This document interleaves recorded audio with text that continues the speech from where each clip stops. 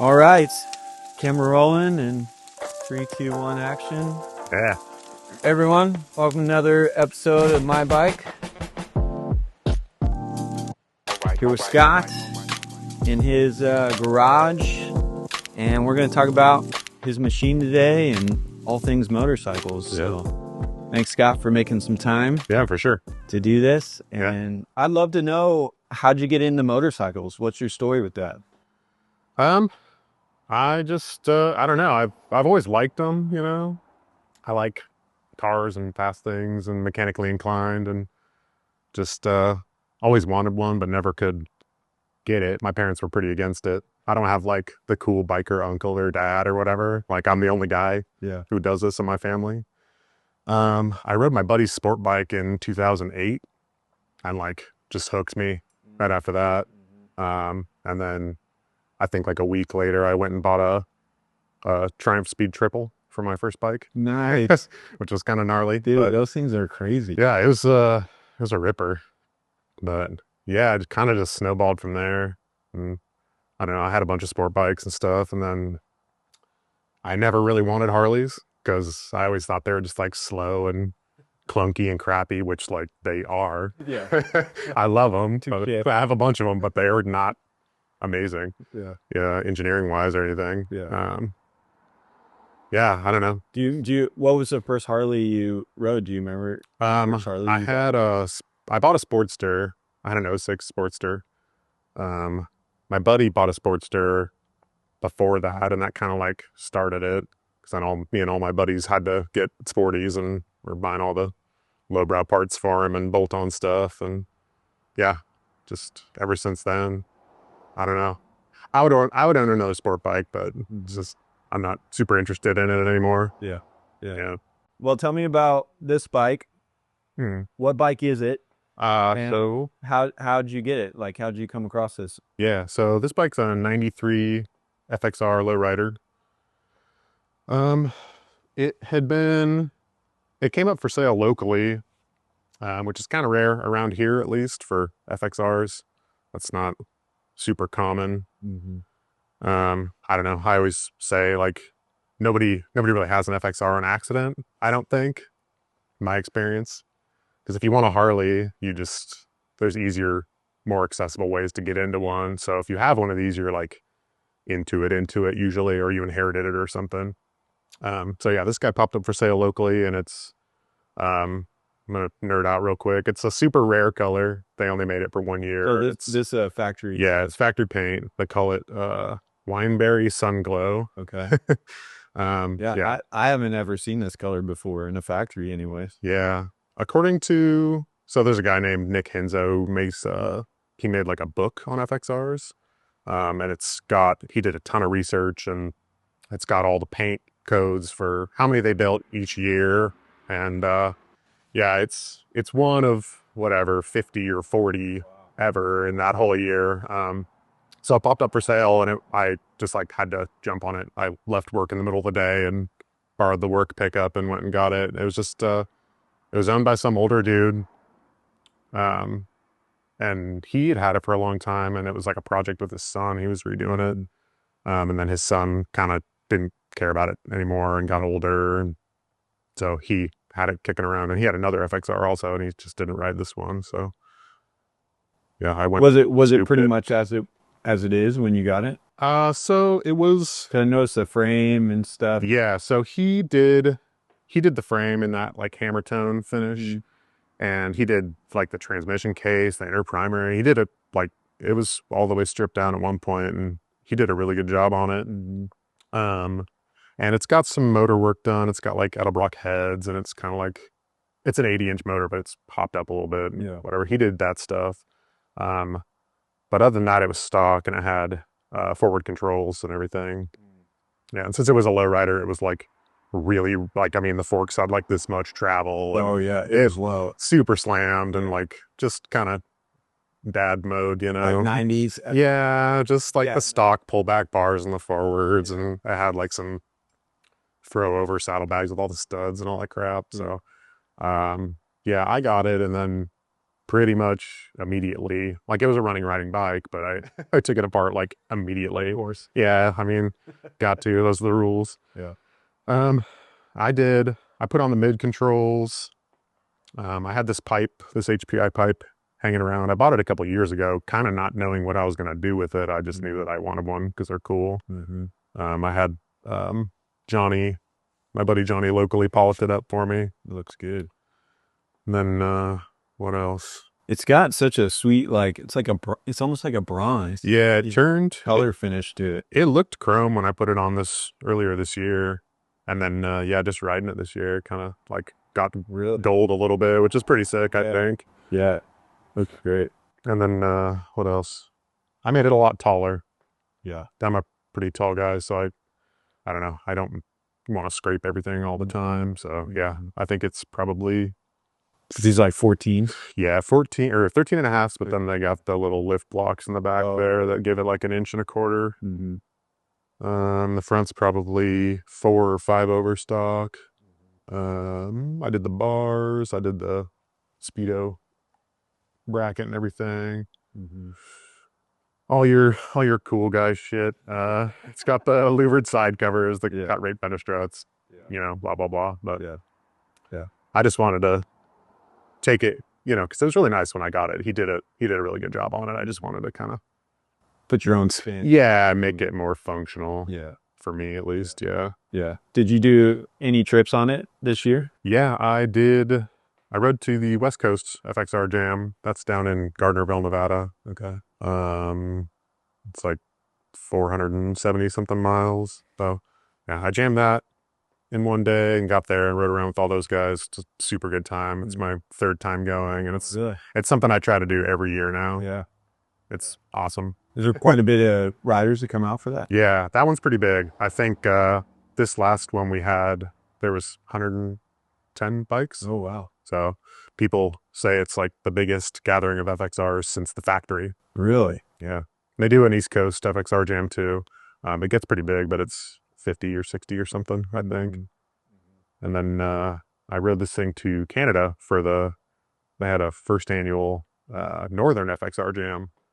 So yeah, me and a buddy of mine. All the way to Canada. Yeah, a buddy of mine. He rode the ST, and I rode this thing, and we met up with a buddy of mine from Twin Falls, and then we jammed straight up Idaho and rode the back roads and everything, and camped at there's a campground in Nelson, BC, which is basically straight over the border. It's called Toad Rock, and it's a motorcycle specific campground. Oh, really? Yeah, it's amazing. Really? I think it's probably the 6th time I've been there. Okay. And yeah, it's just this big property in the woods with campsites, and it's totally like DIY. And really, yeah, it's run by this lady named Mary, and she's probably in her 70s. Oh my God. And she doesn't really come around too much anymore, but I remember the first time we came there, we didn't really know what to expect. And she comes out and she's like, oh, okay, follow me. And she hops on this Road King and just like, all right, let's go. And just like putts around, like bouncing. And she's pointing out spots. And we're like, this is amazing. Dude. Yeah. That's so awesome. I would recommend that. Anybody who's into that. Yeah, that sounds fun. Really cool. If you can get over the border, you should, it's worth it. Definitely check it out. Yeah. Do you have a favorite like aspect or part on this bike that's like your favorite? Probably the pipe. The pipe. Yeah. I think the pipe's cool. HPI makes really nice stuff, and it just sounds really good. It's super like raw and beefy with the hopped up motor. Yeah. And then I don't know, it's not really a part, but I like the stance of it. I like how tall it is. Got a geek stance. Yeah. It's cool. It looks like you could jump some curbs on it. Yeah. Yeah. That's awesome. So I'm curious about, like, we talk a lot about motorcycle culture and whatnot on this vlog, and I'm just curious, what is motorcycle culture? What does it mean to you? What do you love about it? It's kind of, for me, it's kind of the only thing that I like think about or I'm into. I've got so heavily into it, and it's, I don't know, it's like cliche, but it's the feeling of like going out and doing your own thing, you know, in the middle of nowhere with your boys on road trips, and you know, riding around town's okay. It's not super my thing. It's kind of scary. But I mean, yeah, probably road trips are, yeah, getting out there and like knowing, especially with the older bikes, you kind of, you got to have your tool roll, and if something goes wrong, like you, to an extent, you gotta know what to do about it. Know how to fix it. I don't know. I like that part of it. And yeah, I don't know. It just feels so cool. It's really fun. Love it. Yeah. I love it. Do you have a significant moment on a bike, memory on a bike that kind of stands out to you? Yeah, I probably have a couple. So right after I got my first Sportster and my buddy Trevor got his first Sportster, we rode him down to the Salt Flats to watch Bonneville, the Nice. land speed races. Yeah. And it was 2000, probably 11 or something. And it was the first big trip, well, big any of us had ever done. And so, yeah, we rolled down there and watched the races, and it usually rains, like almost every year it rains. And so we set up all of our tents and everything in on the salt, because we, wanted to sleep on the salt and their camp there, and rode into town to get some food. And it started raining while we were in town. So we are like, okay, well, we better get back. And we get back, and there's just like, I don't know, inches of water, and the tents, and it's windy as hell. And the tents are like flat in the like water, in the mud. And like people are scrambling. There's RVs like stuck up to like past the wheels in mud and shit. And I mean, it's kind of one of those things where it wasn't cold, because it's summer, so it's not that bad. You're standing there, it's still like 70 and you're soaking wet. So at that point, like, what are you gonna do? You could either freak out and be pissed, or you can just be like, I don't know, I guess we'll have a beer. And, but so we ended up like taking our shoes and socks off and hiking our pants up and walking out to get our tents to try to save them.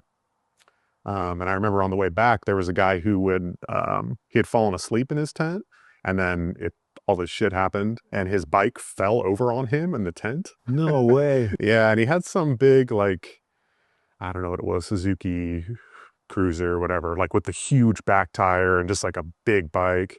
And he had one of those spike like air cleaners, and it like stabbed him in his tent. No way. He was okay, but like, he's like scrambling out of the tent and all pissed, and we were still getting our shit out. And then, so he starts to try to do the same thing, he wants to get his crap out, and he starts trying to push his bike. And because like the tires are so big and the fender clearance is so tight, like it's just packed, and the wheels aren't moving. He's just like pushing this like brick of thing, like, oh my God. And there's all these people standing on the road just like watching it.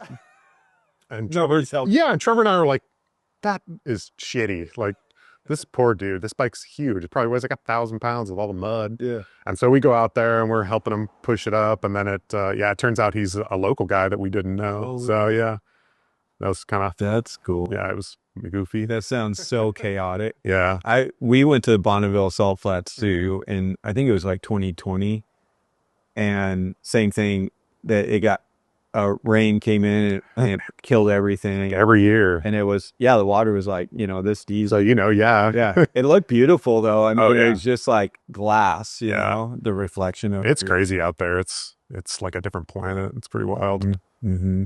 Yeah. Yeah. But that was a good time. Yeah. I burned the shit out of my leg on my exhaust pipe trying to go, because you just ride it straight out and like get off your bike and go pee. And I was wearing shorts, and there may have been some beers involved, and I burned the shit out of my leg. I do remember that. Yeah. I got a bad one. You want to hear about a bad one? Yeah.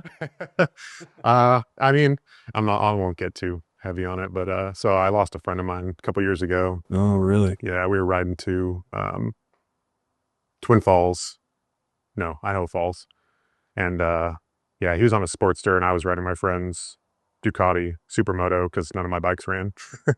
And around Craters of the Moon, a car pulled out in front of us, and the Ducati has amazing brakes and everything. And he'd only been riding for a couple years, so he just didn't have a lot of experience. But so I, stabbed the brakes and went around the back of the car, and he tagged the front fender. And was he ahead of you or behind you? Barely ahead of me. Yeah. And, you know, we weren't hauling ass. We were probably doing the speed limit, and it didn't matter, you know? So did what we could for him. And then he was okay when the helicopter took him, because we were kind of in the middle of nowhere. And then, yeah, didn't make it on the helicopter. So yeah, that sticks with me a lot. Yeah. You know, Yeah. I didn't ride for a long time after that. And I think about it all the time now. It's one of the big reasons I don't really ride around in town, just because it's just stressful. Yeah. People don't look, they just don't care. Right. So Yeah. Yeah. That's, I'm sorry, man. Yeah, About thank you. that. And definitely can, you know, feel the weight. I still feel the, what year was that? It was 2 years ago. 2 years ago. Yeah. Yeah. Yeah. How did you get back on a bike? Because I know, you know, like I've talked to other people who have witnessed accidents or been in an accident, and it's hard for them to get back on. They sell it and they're like, I'm done. Yeah. You know, like how'd you kind of get back into Get back on it? Yeah.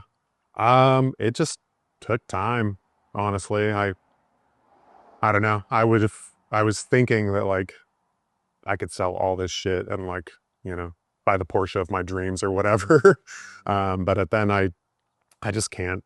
I don't think I can get away from bikes yet. I'm just so into it that, you know, I was thinking, I mean, it sucks to say, but like, these things do happen occasionally, and I could die tomorrow getting hit by a car, or walking, or have a heart attack or whatever. So I'm not gonna, you know, you can't let things like that, to an extent, stop you from doing what you love to do, you know? So yeah, just kind of riding, but taking like safer routes to work and with less traffic, and just kind of remembering how fun like road trips are and what I really liked about it. And I don't know, just keeping it in my mind and being more cautious. I probably ride safer. Yeah. Not as wild. Yeah, I'm sure. Definitely. But yeah, it just took time, honestly. Yeah. Wow. Thanks for sharing that. Yeah. Not to bring everything down. No, it's good. And I think, you know, listeners, I mean, all of us have either know somebody or ourselves have experienced accidents or the loss of somebody, and it's healthy to like talk through that stuff. Yeah, for sure. You know, and support each other and how we got back on the bikes, and, you know, that. Yeah. And whatnot. For sure. So I appreciate you sharing that. Yeah. But so far, way more good times than bad times. Yeah. On bikes. Yeah. So. And more on its way. Yeah. There you go. Yeah. More on its way. Cool. Well, Scott, thanks for making time, man. Yeah, for sure. Get interviewed. Anything else you'd like to add or say or encourage anybody that's watching? I mean, I would just say, if you have any interest in it at all, just do it. I mean, that probably also sounds cliche, but I don't know. And don't be afraid of getting a big bike for your first bike. I mean, it only goes as fast as you want it to go. So a lot of people I don't really support it depends on the kind of person, but I don't really support like the buy a Ninja 250 and then buy a Ninja 500 and then Rebel 250. No, I mean, I don't know. As long as you're physically big enough and strong enough to keep the bike from falling over at stoplights and everything, and it's only going to go as fast as you want it to. Yeah. And just practice, you know. Yeah. But yeah, it's the best thing that I've ever come across. It's the best. It's kind of the only thing I'm into, you know. I do car shit here and there, and I'll play some Call of Duty, but I kind of only care about bikes. It's like my wife makes fun of me because all my clothes are bike shit or like band stuff. But, living the life. Yeah, brother. Yeah. Cool, dude. All right, man. Well, that's it, everyone, for this episode. And yeah, be sure to follow Scott on social media and, you know, keep up with his stuff he's doing and whatnot. And on to the next episode. Yeah. Peace out, everyone.